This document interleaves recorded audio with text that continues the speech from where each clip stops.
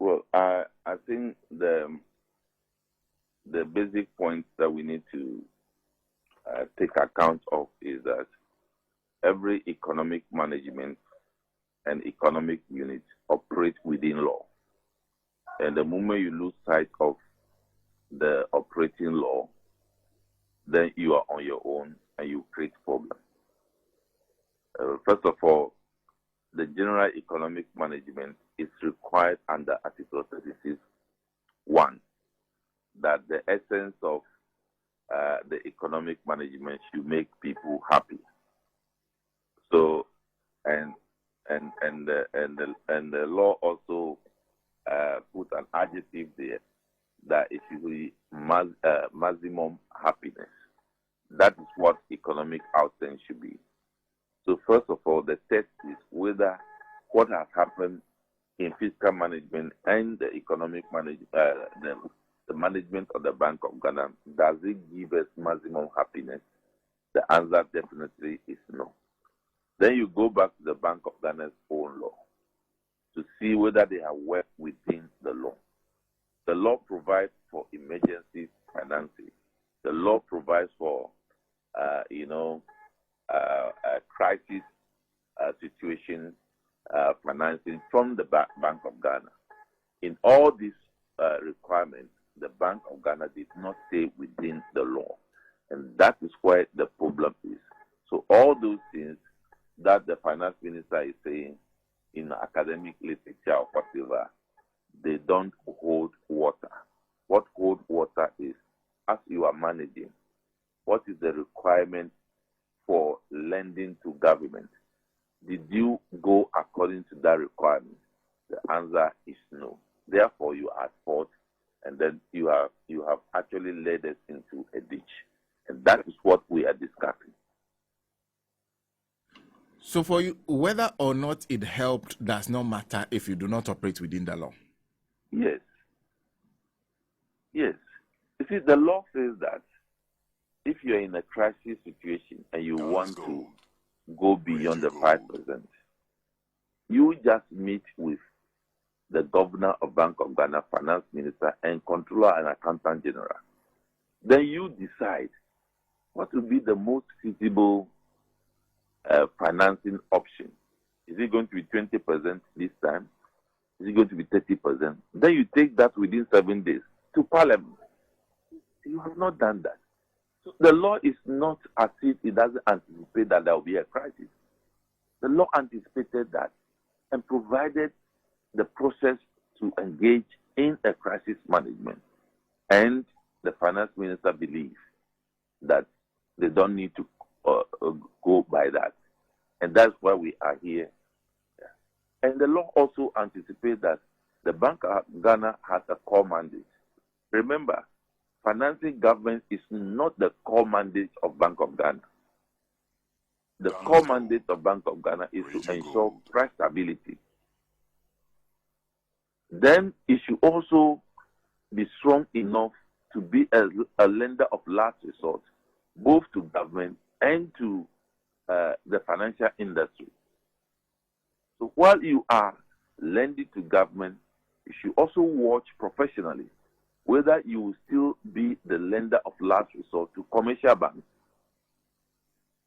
And as we are speaking, they are talking about commercial banks have gone through turmoil. We should establish a 15 billion fund. Bank of Ghana cannot establish that 15 billion fund because it has dissipated all the money to government. So those are the things we're talking about, that the Bank of Ghana have been engulfed with the issue of not observing the independence that the Constitution gives them. And that is why the issue is. Be that as it may, that a breach has been clearly established.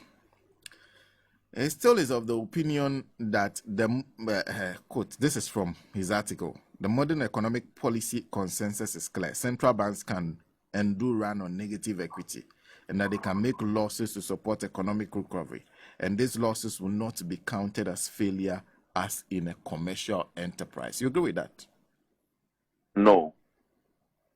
I do agree that central bank once a while can have negative equity, can have a loss. But the loss, the magnitude of the loss is what the people of Ghana are talking about. The magnitude of a loss within a year is what the people of Ghana are talking about. And in any financial statement, when you make a loss, you need to convince your shareholders, in this case, the stakeholders of Bank of Ghana. You need to convince them of why the loss was occasioned. You need to convince them why you have a loss at one hand and at the same time you have a negative equity, and why the magnitude. If they don't agree with you, the next thing you have to be sacked for somebody to come and manage the situation better.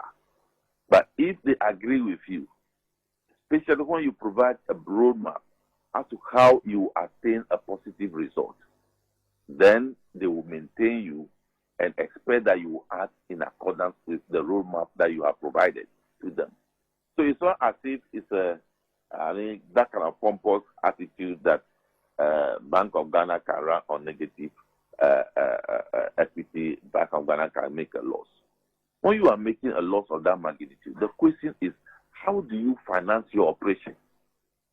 Then luckily we have an audit report. The audit report says that it fears Bank of Ghana can meet its obligations. So those are the issues we are talking about. How can look at the money the Bank of Ghana has spent on banking supervision.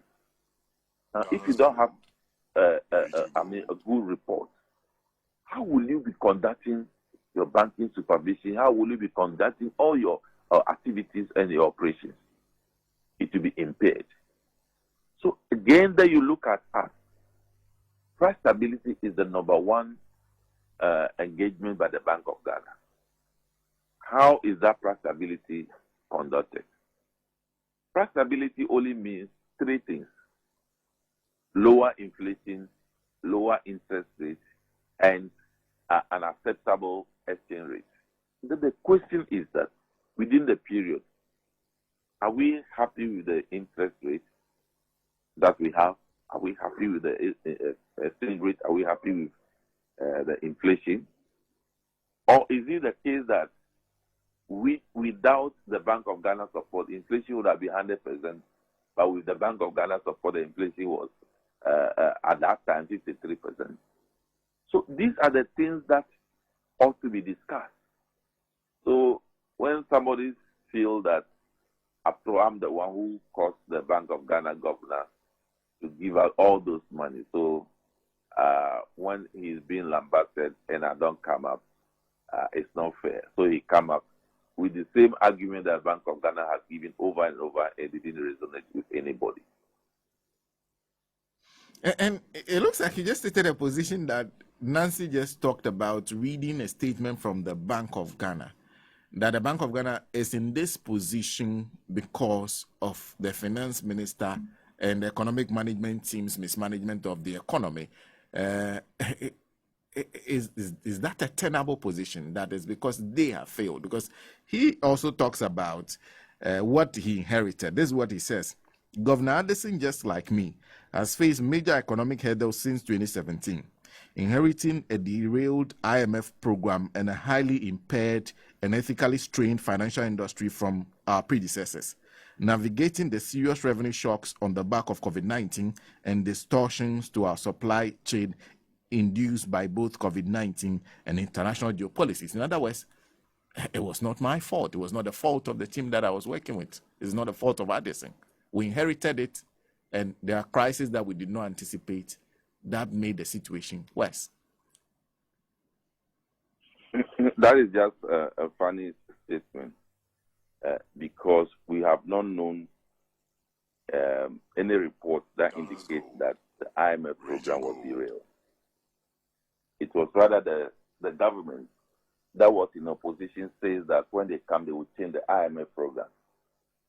When they came, they rather extended the IMF program.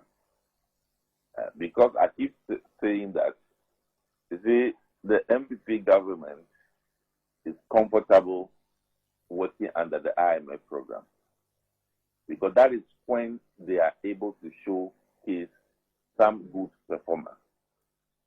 Remember, go to HIPIC.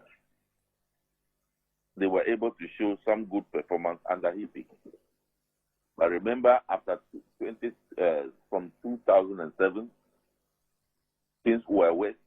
By 2008, we have to sell Ghana Telecom to survive. But again, under an IMF program in 2017, we were seeing good indicators.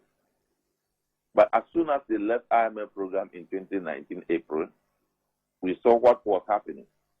2019, the deficit was 7.5. We established Fiscal Responsibility Act in 2018. By 2019, we have violated it by 2.5%. So those are the things. So I don't see the derailed IMF program that he's talking about. There has never been any discussion in this country. There has never been any report that there was a derailed IMF program.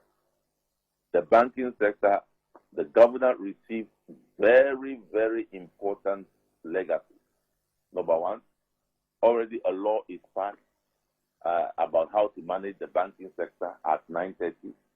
How to manage the capital market was passed at 9:29.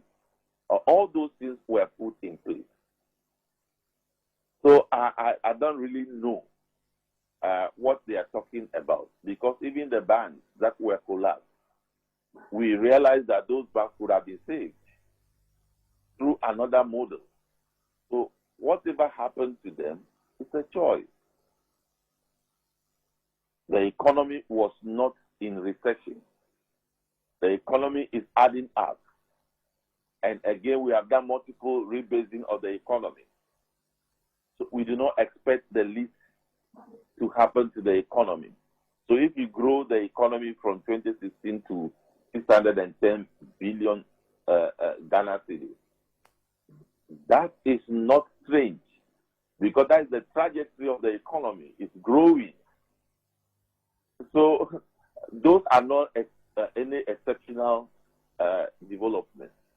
But the thing that this government did to the economy was to do banking sector reform that led to, the collapse of almost all the indigenous banks. And then we were told that we were going to use 9 billion to resolve that, but we ended up using 25 billion and counting.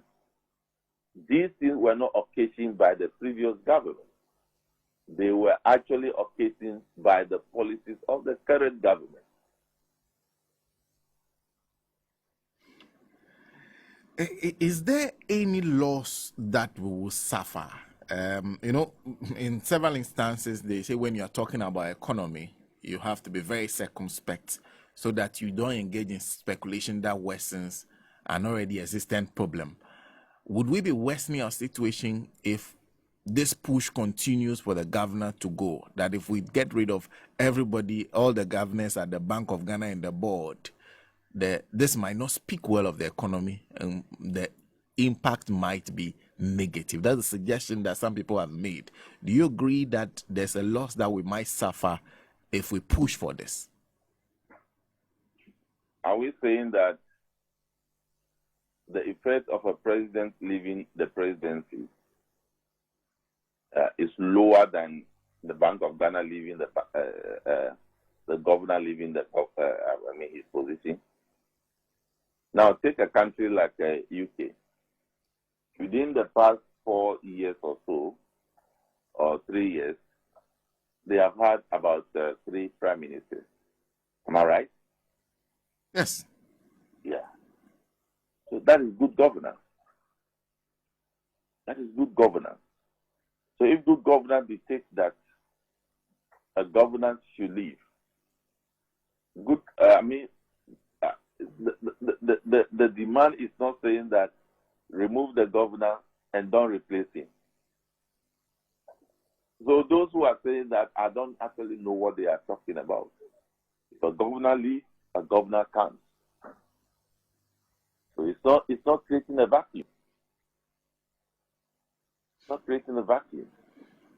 So that argument does not sit well with our governance structure and the good governance that we demand.